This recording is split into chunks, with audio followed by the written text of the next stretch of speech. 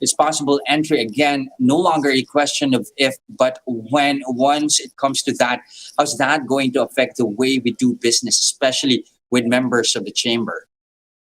Well, look, I mean, Omicron is obviously very new everywhere. I mean, if I take the UK's approach, I mean, currently there's only 11 cases.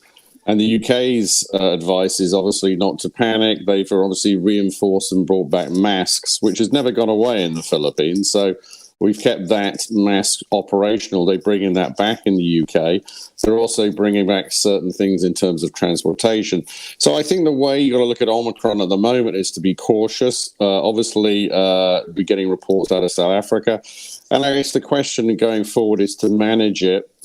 And I have to say that as the chamber, we've obviously supported very much the current approach, which is the granular lockdowns, which obviously then prevents an overall lockdown. So I think in the case of the Philippines, we're in a good position. It's a question of remaining cautious, but obviously approaching it as they have been doing the IATF with granulated lockdowns, if that occurs.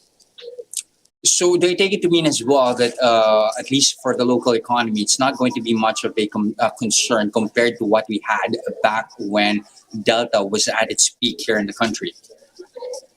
Yes, I think so. And I think also you've got to look at the way, obviously, I mean, we're now, this is, it started March 2020. So we've obviously seen a lot of developments. And I think also one has to be fair, both the government and the local government units have obviously refined their policy.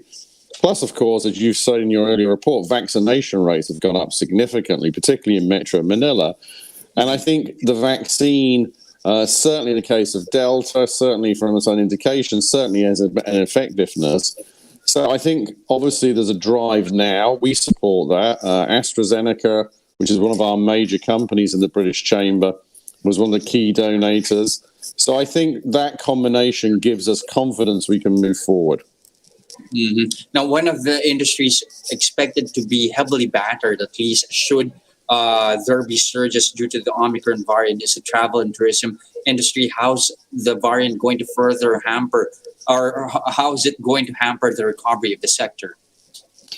Well, obviously, I mean, if you look at what the Philippines has been doing, and we've been a supporter of that, is to try and encourage more travel. I mean, travel is not obviously just on tourism, it's also business people and investments, and clearly that's one of our key aims. And obviously the government approved a policy on the green and the yellow list, which I think was, for the yellow is 3 days. Now they've combined it back to 3 days. They were looking at international tourism.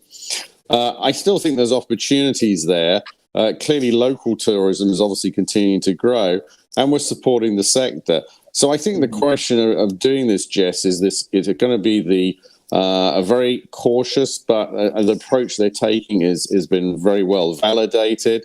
I think the quarantine plan they've got in place, which is the 3 days for the yellow and green, and obviously, hopefully, that can go back to the green list, which is obviously for fully vaccinated people.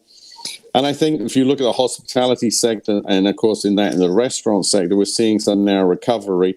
And the way forward, as I said, is to what the government's doing is to go away from having the overall lockdowns, but to being very specific and therefore to keep the economy moving forward.